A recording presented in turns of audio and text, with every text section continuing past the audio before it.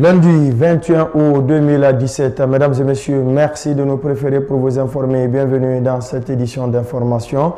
L'éducation guinéenne est en crise, en tout cas, c'est le point de vue du secrétaire général du PDG RDA reçu ce lundi dans l'émission La Tribune de l'Actualité Plus. Le fils de l'ancien président de la République, Ahmed Sékou Touré, en plus de l'éducation, s'est aussi prononcé sur le train de vie du Guinéen et d'autres sujets les plus préoccupants en Guinée. Le décryptage est fait par Bontourabi Keïta. L'éducation, la cherté de la vie en Guinée sont entre autres sujets qui préoccupent Mohamed Touré. Cette éducation qui d'ailleurs depuis des années régresse selon certains observateurs. Les résultats des derniers examens nationaux en font foi certes, mais pour Mohamed Touré, ces résultats expriment exactement le niveau moins de l'apprenant guinéen. J'estime que l'éducation guinéenne est en crise. Et je pense que les 27% qui sont reflétés sont beaucoup plus proches de la réalité. Ce qui est une très bonne chose. J'en félicite le département chargé de ce travail, puisque nous pouvons changer une réalité qu'en l'appréhendant réellement. Autre sujet débattu, le niveau de vie du Guinéen. Une situation qualifiée de faible et très pauvre par Mohamed Touré. La réalité, c'est que le niveau de vie des Guinéens est extrêmement faible. La pauvreté, elle est pratiquement endémique. Et il faut avoir le courage de faire un diagnostic correct et de cesser de s'accrocher à des indicateurs qui ne montrent pas la réalité de notre existence. Pour le secrétaire général du PDG RDA, une frange de la population serait épargnée de cette cherté de la vie, puisqu'elle vit de tricherie et de détournement au détriment du citoyen lambda. Le niveau de vie du cadre de la hiérarchie A, quand on le prend par rapport à son salaire, on se rend très bien compte qu'il peut à peine vivre de son salaire, lui et sa famille. C'est une réalité. Donc, il y a une compensation quelque part et qui n'est pas orthodoxe, qui n'est pas liée à des revenus normaux qu'il peut avoir. Ça veut dire quoi?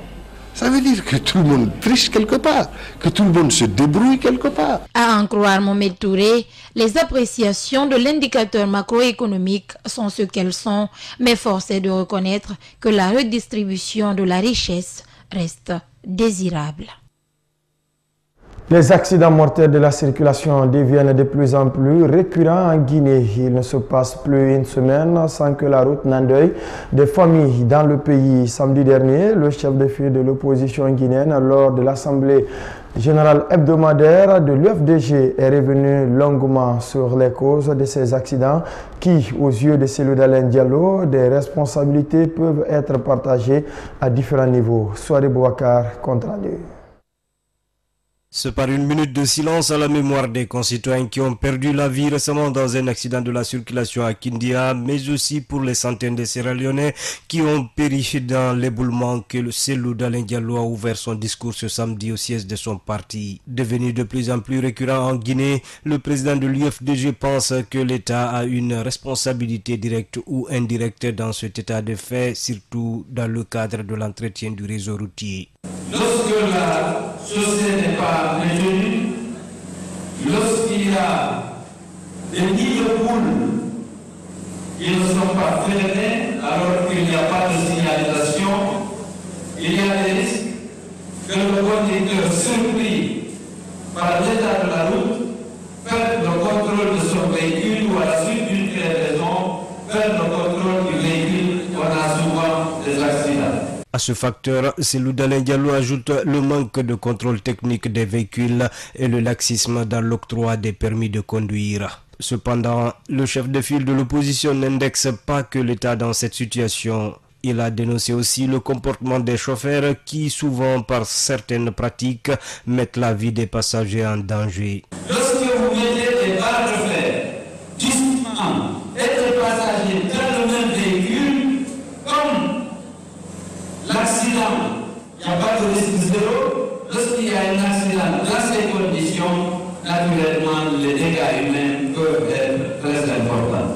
Autre comportement cité par Cellou Dalein, c'est bien l'indiscipline, le manque de courtoisie dans la circulation qui concourent tous à rendre la route aussi mortelle.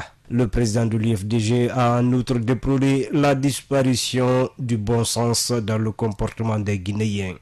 La ponctualité, le travail, l'honnêteté intellectuelle, la probité, le respect d'autrui, le sens de solidarité, voilà des valeurs qui ont tendance à disparaître dans notre pays. Parce que justement, elles ne sont pas suffisamment inculquées, aussi bien au niveau des familles qu'au niveau de l'école. L'enseignement civique dans nos établissements est négligé. Selon le rapport fourni par la police en 2017, seulement à Conakry, 700 cas d'accidents de la circulation ont été enregistrés, dont 40 décès, 147 blessés et des dégâts matériels importants. Autre chose, dans cette édition d'information, le terrorisme est devenu de nos jours un phénomène mondial. Depuis janvier 2015, les attentats commis par des organisations terroristes ont touché plus d'une vingtaine de pays en Europe, Asie et Afrique. Cette situation inquiète aujourd'hui et interpelle déjà des responsables d'une ONG guinéenne de défense des droits de l'homme. Bah Mohamed Alpha, compte rendu. L'Afrique de l'Ouest, de l'Est et le Maghreb sont les régions du continent les plus ciblées par la folie des djihadistes. Et dans ces différentes zones, les pays les plus touchés sont la Libye, l'Égypte, le Nigeria, le Mali, la Somalie et le Kenya. La Guinée, soutenant le contingent onusien de la MINUSMA au Mali, est placée sur la longue liste des pays menacés, rappelle le consultant de la baïonnette intelligente. Les menaces, déjà je dis, il y en a eu, parce que souvenez-vous que le patron de Ansardine avait menacé depuis 2015 que tous les pays qui avaient envoyé au nom du principe de solidarité internationale ou régionale au nord du Mali des forces de l'ordre s'exposaient déjà au cours de son mouvement. Aujourd'hui, les menaces pèsent, aucun pays n'est épargné. Des menaces à prendre au sérieux. En tout cas, du côté de la baïonnette intelligente, des réflexions en vue de prévenir des éventuelles attaques sont en cours. Nous nous sommes dit qu'il ne faut pas se lever et se coucher jusqu'à ce que nous aussi nous soyons surpris. Donc, dans notre volet prévention, on a une nouvelle composante. On a déjà fait les études uniquement de la prévention des menaces djihadistes en République de Guinée. Lors de notre tournée sur toute l'étendue du territoire, on a réuni les personnes religieuses aussi, les autorités religieuses. On a discuté de ces questions et ce qu'elle avait d'ailleurs apprécié. Et nous pensons qu'avec une synergie d'action, avec ce que fait le gouvernement aussi, nous pouvons mieux nous préserver davantage pour ces éventuelles probables menaces qui pourraient être dangereuses, comme elles le sont d'ailleurs dans les autres pays. Malgré la mort de la figure emblématique du réseau Al-Qaïda, Oussama Ben Laden en 2011, les talibans sont toujours actifs sur le terrain et la prolifération des mouvements djihadistes va crescendo. La naissance de Daesh en Syrie, de Boko Haram au Nigeria et du groupe Ansardine au Mali en est une parfaite illustration. Jusqu'à quand l'atteinte des objectifs dans le cadre de la lutte contre les violences basées sur le genre en République de Guinée? Cette question interpelle les citoyens guinéens. Nombreux sont ceux qui dénoncent l'irresponsabilité de beaucoup d'ONG qui s'investissent dans ce combat. Ils parlent également de corruption dans cette lutte jusque-là interminable. Ça, Alou Yambounou. ONG, partenaires au développement et autorités gouvernementales, tous disent vouloir faire la promotion de la femme à travers la lutte contre les violences dont elle fait l'objet. Depuis de longues années, les gouvernements qui se sont succédés en Guinée en font dans leur discours une réelle préoccupation. Les médias restent envahis par des organisations de promotion de la jeune féminine et derrière, les institutions internationales ne se lassent pas parlant des nombreux financements que ces structures non gouvernementales et l'État leur soumettent. Malheureusement, les chiffres restent toujours à la hausse dans le pays qui manque de statistiques actualisées parlant des abus à l'endroit des femmes. Un rapport de l'UNFPA récemment publié cite la Guinée comme deuxième pays à pratiquer l'excision après la Somalie. Plus de la moitié des jeunes filles sont données en mariage à l'âge mineur et beaucoup d'elles sont victimes d'exploitation dans de nombreux foyers à Conakry, tout comme à l'intérieur du pays. Face à cette situation, plusieurs questions restent sur les lèvres, notamment celle de savoir si la lutte menée par les différents acteurs est bel et bien réelle. Si oui, pourquoi les chiffres ne donnent aucune lueur d'espoir? À ces multiples interrogations, les citoyens ne restent pas sans réponse. Les armes utilisées par ces jeunes, c'est simplement les médias. C'est simplement ça. Mais en réalité, faire autre chose sur le terrain, techniquement parlant, pour pouvoir en réalité amener, disons, les acteurs de la vie publique, en réalité, à faire la promotion des femmes, ça, véritablement, elles sont absentes. Nous demandons au ministre d'État, ministre en charge de la justice, M. Sako, qu'il est interpellé. Il a beaucoup de choses à faire dans ce domaine-là, parce que juste maintenant, là, il y a des dénonciations. Récemment, des religieux se sont aussi mêlés au combat, rappelant à travers les versets bibliques et coraniques la nécessité de préserver la dignité de la femme. Même le chef de l'État, lors de la journée de la femme africaine, a abordé cette question devenue assez préoccupante. Cependant, la lutte pourrait encore traîner les pas avec ces nombreuses familles qui restent réticentes et qui continuent à garder le silence devant les douleurs de leurs filles. Recueillir les enfants et adolescents des rues, les entretenir et leur enseigner un métier, telle est la mission que s'est assignée le fondateur de l'ONG Enfants déshérités. Sur les axes, Amdallah Bambeto équipé avec peu de moyens, dit-il, Seiko Diallo alias CIA a pu offrir un avenir décent à quelques enfants qui aujourd'hui parviennent, selon lui, à subvenir à leurs propres besoins. Nous reviendrons sur cet élément dans nos prochaines éditions d'information avec Aïssata Fofana. Se farder fait partie des activités quotidiennes des femmes avec dans le seul but paraître toujours belle, et parmi les astuces figure en bonne place l'utilisation des faux ongles et faux cils. Cependant, l'usage de ces produits cosmétiques, selon des médecins, peut avoir des conséquences sur la santé des utilisatrices. Un sujet abordé dans ce reportage par notre stagiaire Fatou Kébé. Suivez. Comme Yelira, beaucoup de femmes viennent dans les marchés et dans les salons de beauté pour se fixer des faux ongles et des faux cils. Objectif, paraître encore plus belle et plus sexy afin de garder son homme pour soi, disent-elles.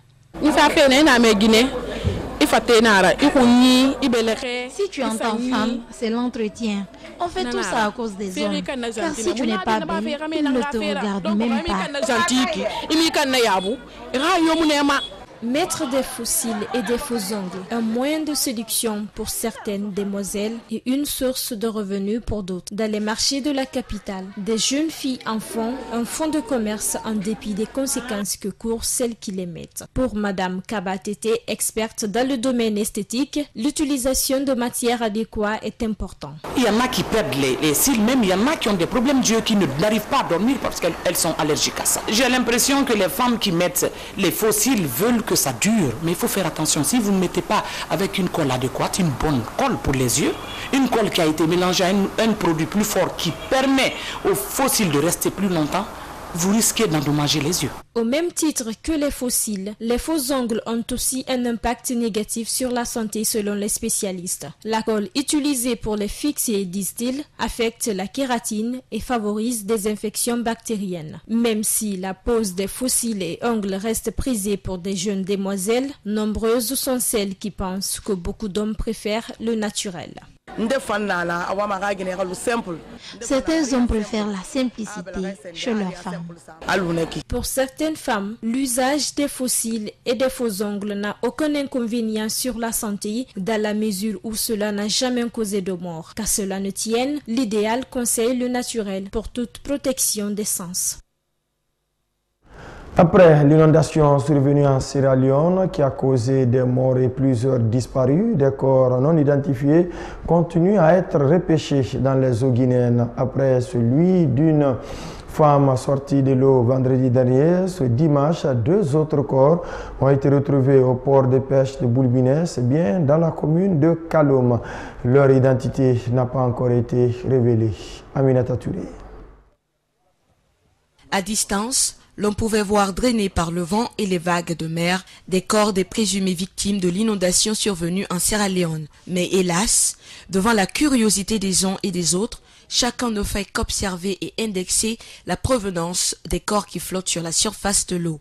Certains bateaux de pêche font de leur mieux pour acheminer à travers une corde vers le ponton le corps en état de décomposition. Le premier corps qu'on a vu avant-hier, une femme, elle a été enterrée au cimetière de Bourville ici, tout près du port. Mais ce matin, le corps qu'on a repéré, on a pris ça, je ne sais pas là où on a mis. Le corps a été pris par la protection civile. Ça, je ne peux pas vous dire où on a envoyé le corps. Une découverte qui a aussitôt attiré l'attention des autorités maritimes, la police de la protection civile. Une équipe de la Croix-Rouge s'est également rendue sur les lieux pour le constat. Seulement, les corps qui viennent, c'est des corps non identifiés, parce que c'est suite à des catastrophes. C'est à travers le sexe et l'axe approximatif qu'on peut déterminer, parce qu'ils n'ont pas une pièce d'identificatif qui peut déterminer leur nom, leur provenance. Donc, c'est des corps non identifiés. Face à cet état de fait, des acteurs évoluant dans le domaine de la pêche ont évoqué des préoccupations liées au manque de moyens d'équipement de sauvetage pour des catastrophes naturelles qui surviennent souvent. S'il y a un barque de sauvetage qui est en place, nous on peut aller à la mer pour sauver les gens qui sont à la mer. Ce n'est pas seulement pour un corps, mais quelqu'un accident qui passe bien à la mer, nous peut aller parce que nous sommes là pour ça. Au moment où nous quittions les lieux, aux environs de 14 heures, 2 corps, à savoir une femme et un homme, avaient été retrouvés. Mais d'après les informations données par certains pêcheurs, plusieurs dépouilles mortelles flottent encore dans les eaux maritimes guinéennes. Image difficile à supporter.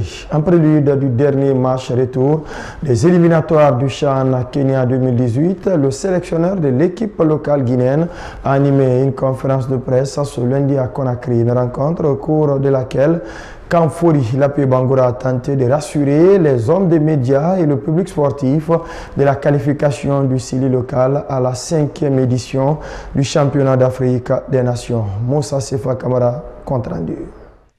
La participation guinéenne à cette 5e édition du CHAN Kenya 2018 passera forcément par une victoire large du Sili local ce mardi face à l'équipe sénégalaise. À Dakar, les Guinéens l'avaient perdu sur la marque de 3-1. Pour cause, plusieurs anomalies ont été signalées par l'encadrement du Sili local pendant son séjour lors de cette rencontre allée. D'ailleurs, Kamfori Lapé Bangoura pointe du doigt les autorités sportives du Sénégal qui l'accusent d'être à l'origine de ce revers. Je pense que tout le monde a vu ou a eu les échos du match aller.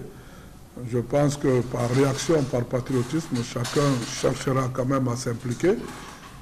Certainement, si on n'avait perdu que par notre faiblesse, je crois que ce public pouvait comprendre autrement. Mais si nous faisons le résumé de la défaite, vous avez eu les aspects, on nous a empêché le terrain d'entraînement à un moment, vous avez vu le public, vous avez vu un peu les blessures des deux joueurs. Moi, je pense, par orgueil et par patriotisme, je crois que tout ce public viendra soutenir désormais son équipe. Selon le sélectionneur national, point de doute pour l'exploit à Conakry et voire même la qualification de l'équipe pour Kenya 2018. Le film du match aller, en le voyant juste, je crois qu'on a des arguments de mieux répondre ici. C'est pourquoi, à domicile, d'abord, on a certainement vu nos faiblesses. J'ai dit c'est la colère, il faut éviter cette colère. 2, il faut revoir un peu la position du gardien et je pense qu'on repartira avec l'équipe, y compris le blessé, c'est commode. Mais on mettra un bloc un peu plus haut. Je crois qu'il faut aller à la course très tôt pour revenir au score et penser à la qualification. Je pense qu'on a un groupe tout à fait prêt. Une conférence destinée aux 2 entraîneurs, seule la partie guinéenne était présente. Celle sénégalaise avait brillé par son absence. Et jusque-là, les motifs de la non-participation de l'entraîneur des Lions locaux restent sans preuve. Alors rendez-vous ce mardi à 16h dans le temple du 28 septembre de Conakry.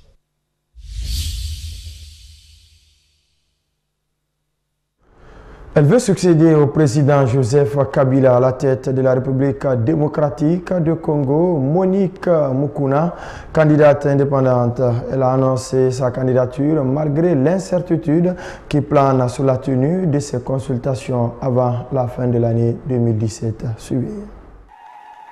C'est la première femme candidate déclarée à la prochaine présidentielle en République démocratique du Congo, à la tête d'une plateforme composée d'associations et partis politiques dénommée RD Congo Nouvel Horizon, lancée à Kinshasa le vendredi 18 août 2017. Monique Mukuna, une inconnue sur la scène politique congolaise, estime être le meilleur choix pour succéder à l'actuel président de la République, Joseph Kabila. Selon la Constitution et l'accord de la Saint-Sylvestre, ce dernier ne peut plus briguer un troisième mandat à la magistrature suprême. Vous vous dites c'est peut-être un pays qui veut nous imposer cette femme. Peut-être c'est le gouvernement ici en RDC qui veut nous imposer cette femme. Je vous réponds que ma force vient parce que j'ai travaillé à l'intérieur. J'ai vu le potentiel de la RDC. Cela fait 11 ans que je travaille à l'international. Il n'y a pas beaucoup de pays qui peuvent se comparer à notre pays. C'est pour cela que j'ai besoin réellement du peuple congolais. Ne laissez pas d'autres personnes me soutenir. C'est vous qui devez soutenir ça. Alors que le pays est dans l'attente d'un calendrier électoral pour des élections qui risquent de ne pas avoir lieu dans les délais convenus dans l'accord du 31 décembre 2016, la candidature de Monique Mukuna suscite des questions, notamment celle de savoir si la RD Congo, à l'instar de nombreux autres pays du monde, est prête à avoir à la tête de l'État une femme. Dans le contexte congolais, il est difficile aujourd'hui pour les Congolais de confier la gestion du pays à une femme. Moi, je pense que les ambitions peuvent être là en attendant que le moment voulu n'arrive. Parce que les Congolais peuvent se décider de le faire si le Congo devient stable. Née à Kolwezi vers 1974, Monique Mukuna travaille comme représentante dans 11 pays d'Afrique de Antazer Afrique BVBA, une multinationale belge basée à Anvers en Belgique. Elle ne juge pas prudent de dévoiler son programme électoral à ces stades, mais croit que sa volonté de changer l'image de ces pays est le meilleur atout.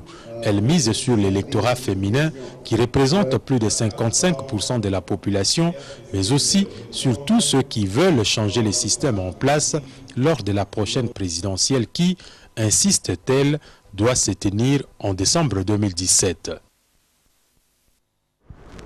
Les Tunisiens de plus en plus endettés. La somme globale dépasse désormais les 20 milliards de dinars de crédit accordé aux ménages, soit le double du montant d'il y a à peine 7 ans. Suivez.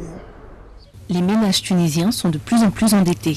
Depuis 2010, le montant de l'endettement des Tunisiens a doublé pour atteindre en 2017 plus de 20 milliards de dinars pour 800 familles ayant contracté des prêts auprès de la banque. Alors que le montant des endettements augmente chaque année de 17%, la Tunisie doit faire face à un autre fléau, les crédits non remboursés ou en litige, qui représentaient en 2016 800 millions de dinars. Les Tunisiens doivent rationaliser leurs dépenses pour ne pas recourir à l'endettement, car malgré leur faible montant, les crédits à la consommation sont en augmentation constante.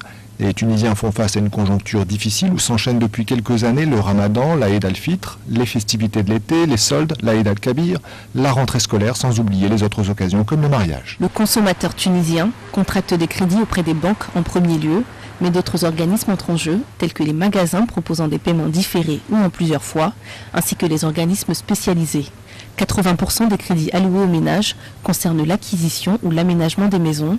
Viennent ensuite les crédits automobiles et les prêts étudiants. La croissance de l'endettement est due à la baisse du pouvoir d'achat et à l'inflation de certains produits, dont les produits alimentaires et l'habillement. Depuis sa révolution en 2010-2011, c'est qu'il a la démocratie, il a une liberté totale d'expression, mais d'un autre côté, il ne crée plus de richesse. Et nous ne sommes pas un pays entièrement libéral, donc le gouvernement, qui est la partie exécutive du pouvoir, est responsable de l'initiation de la croissance. Et là, on constate que le gouvernement n'a strictement donné aucune vision claire sur la croissance. Une situation alarmante du côté du gouvernement, puisque l'État doit lui-même faire face à un taux d'endettement de plus de 75% et à un budget de fonctionnement qui ne cesse d'augmenter. Dans l'impasse, la Tunisie a dû faire appel à des fonds internationaux, dont le FMI, des aides qui ne sont pas sans conséquences, puisque la Tunisie doit maintenant se conformer aux exigences des autorités internationales. Celles-ci concernent notamment la mise en place d'un programme de réformes économiques qui risquerait bien de durcir les conditions d'accès au crédit bancaire.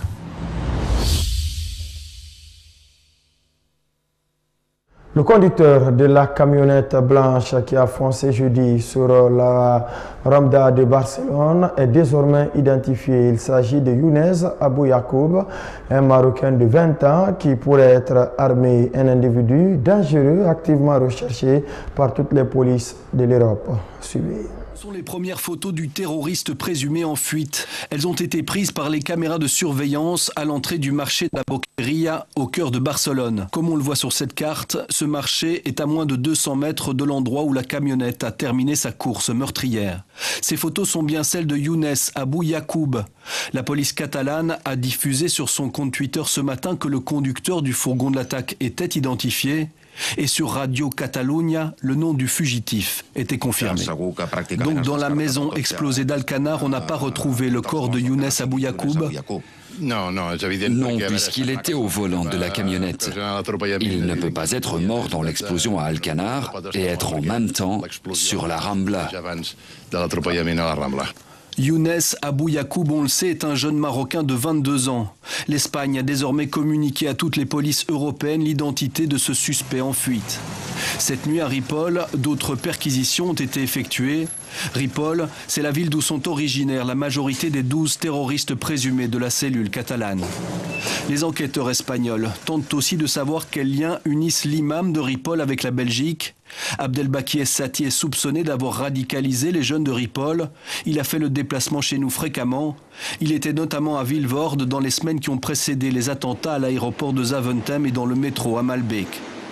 Ce matin, certains médias français affirment aussi que la voiture utilisée par les 5 terroristes abattus à Cambrils avait été flashée en région parisienne quelques jours auparavant. Les connexions européennes de cette cellule terroriste émergent donc petit à petit. Et une question apparaît. Y avait-il des liens entre le commando espagnol et les djihadistes qui ont perpétré les attentats de Bruxelles et qui étaient également derrière les attaques de Paris en novembre 2015? Dernier élément de cette édition, la Corée du Sud et les États-Unis ont entamé ce lundi leur traditionnel et annuel exercice militaire conjoint dans un climat de grande tension avec le voisin nord-coréen suivi.